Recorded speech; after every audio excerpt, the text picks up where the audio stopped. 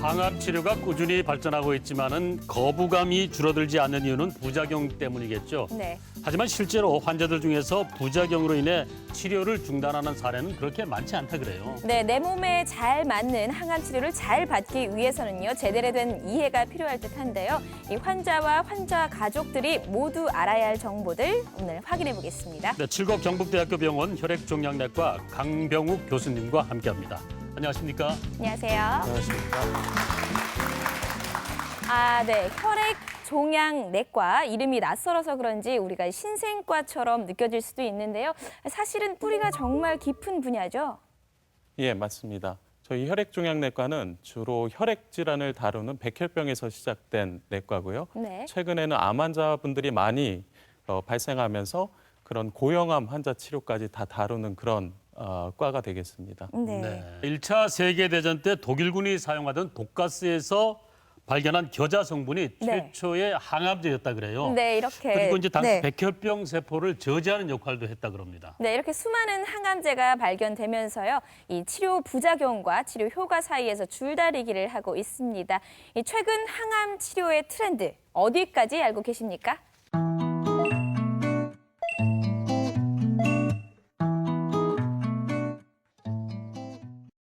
전문가의 선택, 항암 치료에 대한 오해와 진실 함께 OX로 체크해 보겠습니다. 네. 첫 번째 질문입니다. 항암제를 장기간 사용하면 오히려 몸 상태를 악화시킨다. 맞습니까? 제 대답은 X입니다. 네. 그 이유는 항암제도 무조건 항암제를 장기간 사용하면 부작용이 많이 생기는 것이 아니라 항암제에 따라 다르다고 말씀드릴 수 있겠습니다. 특히 최근에는 최신 표적 치료제 같이 부작용이 적은 약들이 많이 나오고 있기 때문에 이런 항암제를 2, 3년 이상 복용하는 분들도 많이 계시고 있거든요. 그래서 이 질문에 대한 대답은 X가 되겠습니다. 그렇군요. 네. 두 번째 질문입니다. 항암 치료를 받고 있는 암 환자들도 독감 예방 주사를 맞는 것이 좋다. OX 어떻습니까? 독감 예방 주사를 맞으시는 게 좋습니다. 아, 네. O가 되겠습니다. 네네. 그렇군요. 네. 이 독감이 만약 면역이 억제된 이 암 환자분들한테 발생하게 되면 아주 치명적인 폐렴으로 진행을 할 수가 있습니다. 그래서 여러 협회 또는 학회에서 이런 독감 예방 접종뿐만 아니라 그 밖에 폐구균, 백신과 같은 이런 예방 접종들을 꼭 하도록 권고를 하고 있는 상황입니다. 네. 네, 그렇군요. 자, 마지막 질문입니다. 항암제의 부작용이 큰 것은 항암제가 암과 잘 싸우고 있다는 증거다. 맞습니까? 이거는 틀린 대답이 되겠습니다. 네. 그래서 항암제의 부작용은 어떤 항암제가 암을 잘 공격해서 잘 싸운다고 나타나는 것이 아니라 이 항암제들이 암세포뿐만 아니라 우리 몸 안에 있는 정상세포를 공격하기 때문에 어쩔 수 없이 발생되는 부작용입니다. 그래서 이런 항암제에 의한 부작용이 어떻게 발생하는지에 대한 원리는 조금 이따가 시청각 자료를 통해서 다시 자세히 설명을 드리도록 하겠습니다. 우리 몸에는 약 60조 개의 세포가 구성이 되어 있는데요. 이 세포들이 각자의 역할이 다 있다고 합니다.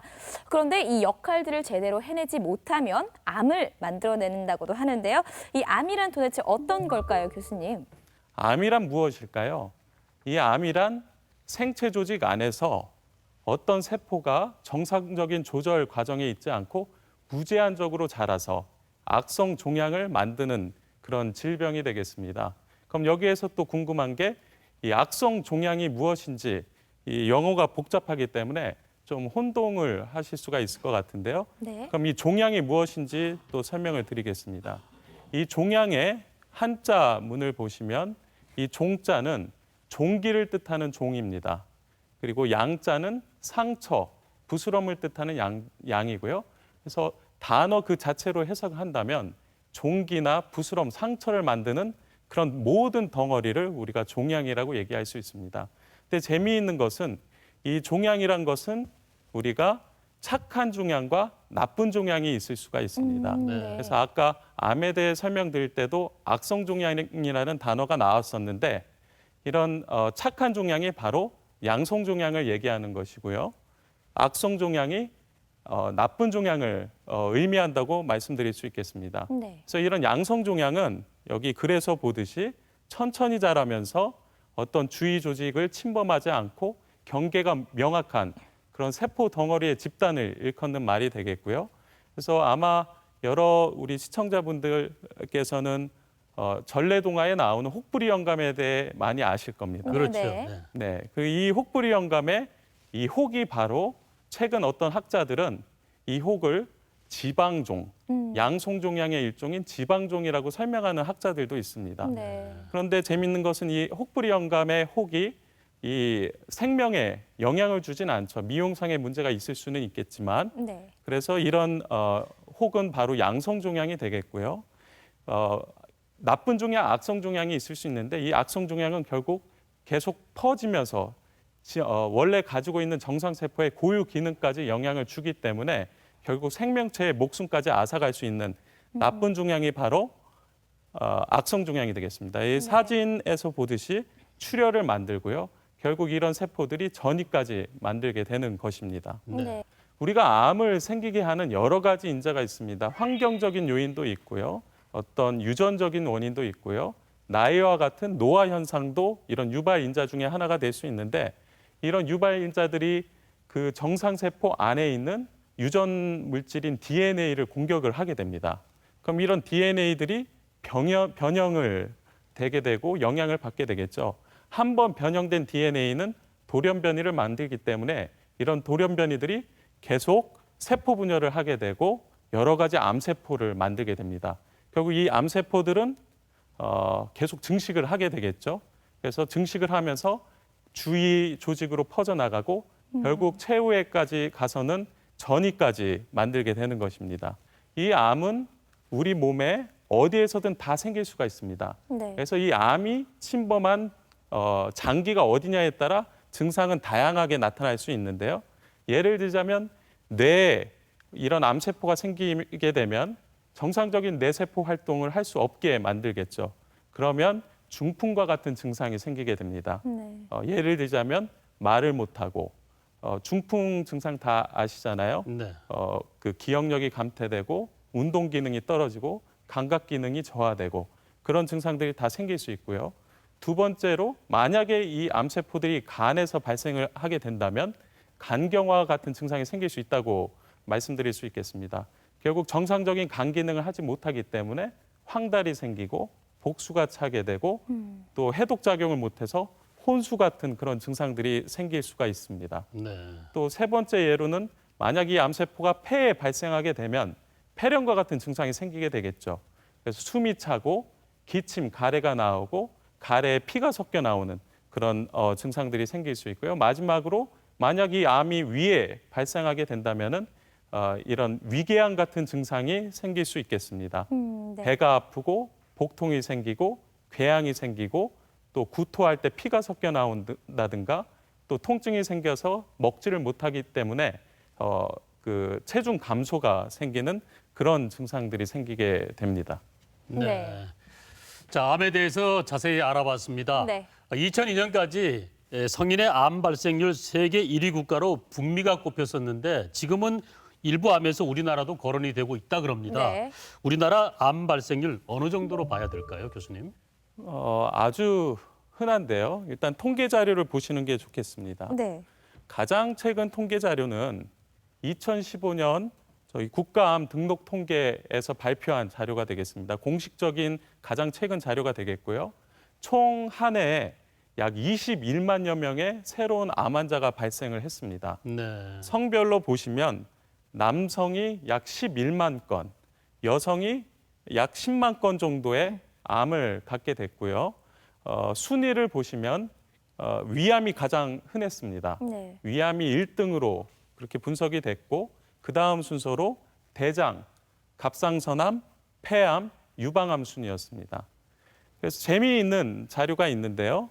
우리 나라 그 국민들이 기대여 명까지 생존 시에 거의 10명 중에 3, 4명은 암을 갖게 된다고 되어 있습니다. 네. 30%가 넘기 때문에 아주 흔한 수치고 이 기대 수명을 보시면 여성분들이 약간 더 높습니다. 네네. 네. 약 85세까지 기대 여명을 예측을 하고 있고요. 남성분들은 약 79세, 약 6살의 차이가 있는데 만약에 우리가 그런 기대염연까지 80세 정도 또는 80세보다 더 많은 나이까지 생존을 하게 된다면 그때는 그분들 10명 중에 3, 4명은 암을 갖게 된다는 그런 통계가 나와 있습니다. 네, 네. 상당히 높군요. 네.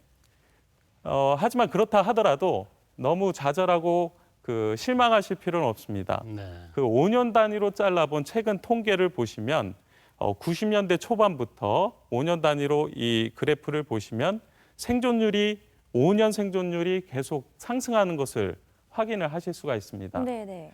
비록 췌장암이나 간암, 폐암과 같이 아직까지도 이런 예후가 생존율이 많이 나쁜 그런 암이 있긴 하지만 그래도 최근에 위암이라든가 대장암은 병기와 상관없이 거의 7, 80% 이상 5년 생존율을 하는 그런 아주 괄목할 만한 성장 그래프를 저희가 확인을 할 수가 있습니다. 네. 네, 그렇군요. 5년 생존율에 대해서 말씀해 주셨는데요. 5년 생존율이 가장 낮은 경우가 아마도 4기 암이 아닐까 생각이 듭니다. 네. 이 4기라고 하면요, 이 말기암이라고 생각을 해서 치료가 어렵겠다라고 생각하면서 네. 쉽게 포기를 하시는 경우도 많을 텐데요.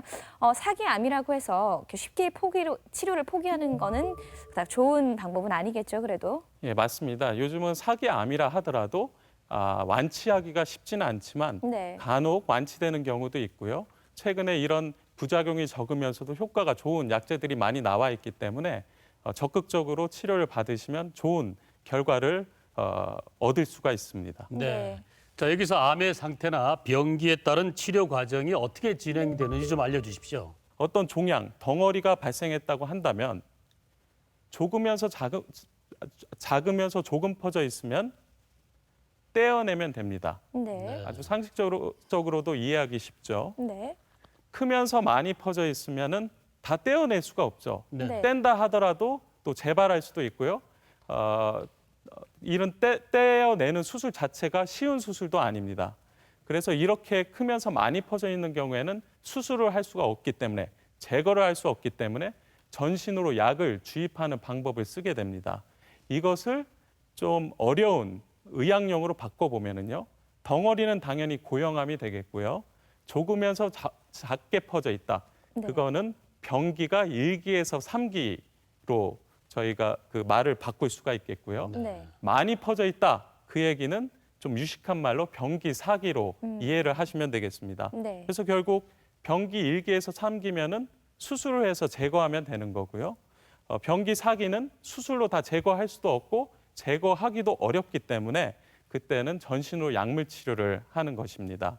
이런 이 고형암은 모든 덩어리를 만드는 암, 위암이라든가 폐암, 유방암, 대장암 이런 모든 덩어리를 만드는 암에 모두 해당되는 내용입니다. 그래서 대장암의 예를 들어보겠습니다. 만약 대장암이 생겼다 그러면은 병기 1기에서 3기인 환자분들은 치료를 어떻게 해야 될까요? 떼어낸다. 수술적 치료인가요? 맞습니다. 수술로서 제거하면 되고요. 네. 병기 4기인 환자분들은 어떻게 해야 될까요? 약물 전신에 치료. 약물 주입을 해야 되지 않겠습니까? 맞습니다.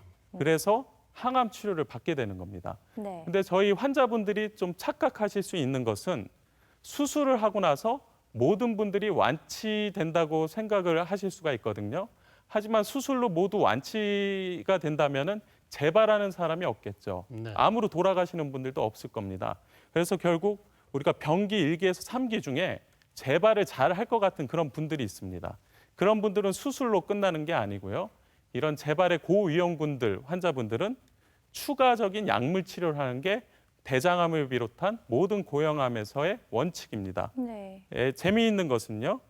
위에 있는 약물 치료와 아래에 있는 약물 치료도 다 같은 항암 주사인데 위에 있는 약물 치료와 아래에 있는 약물 치료는 서로 성격이 다른 것입니다. 네. 위에 있는 항암 주사는 어떤 완치를 위해서 하는 게 아니라 4기 환자를 대상으로 하는 항암 치료이기 때문에 생명 연장과 증상 완화를 하는 고식적 항암 치료라고 말할 수 있겠고요.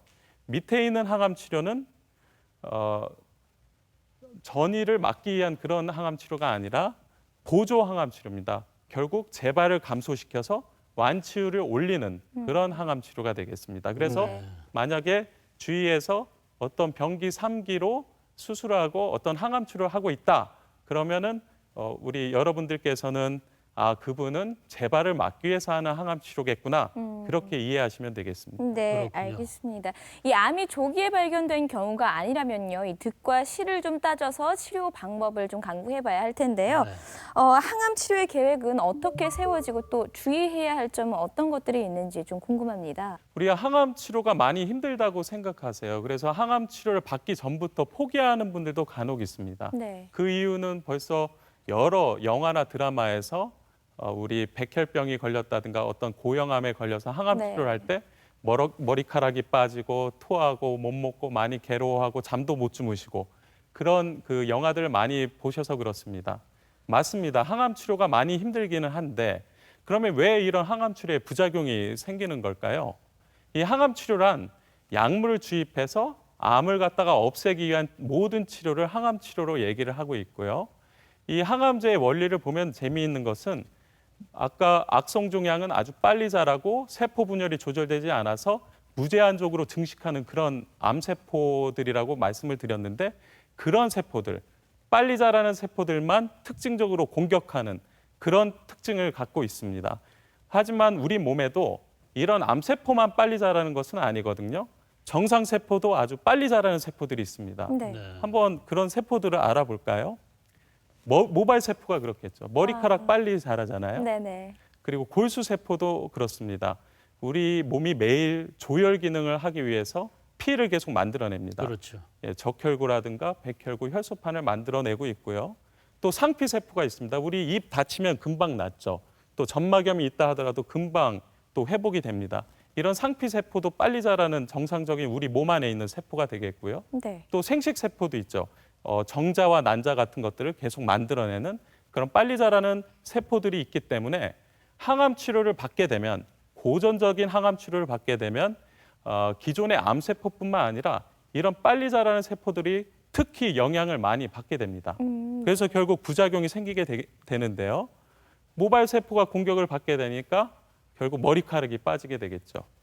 또 골수 세포가 공격을 받으니까 피를 잘 못 만들어내고 백혈구를 못 만들어내면 면역 기능이 떨어지게 되고요.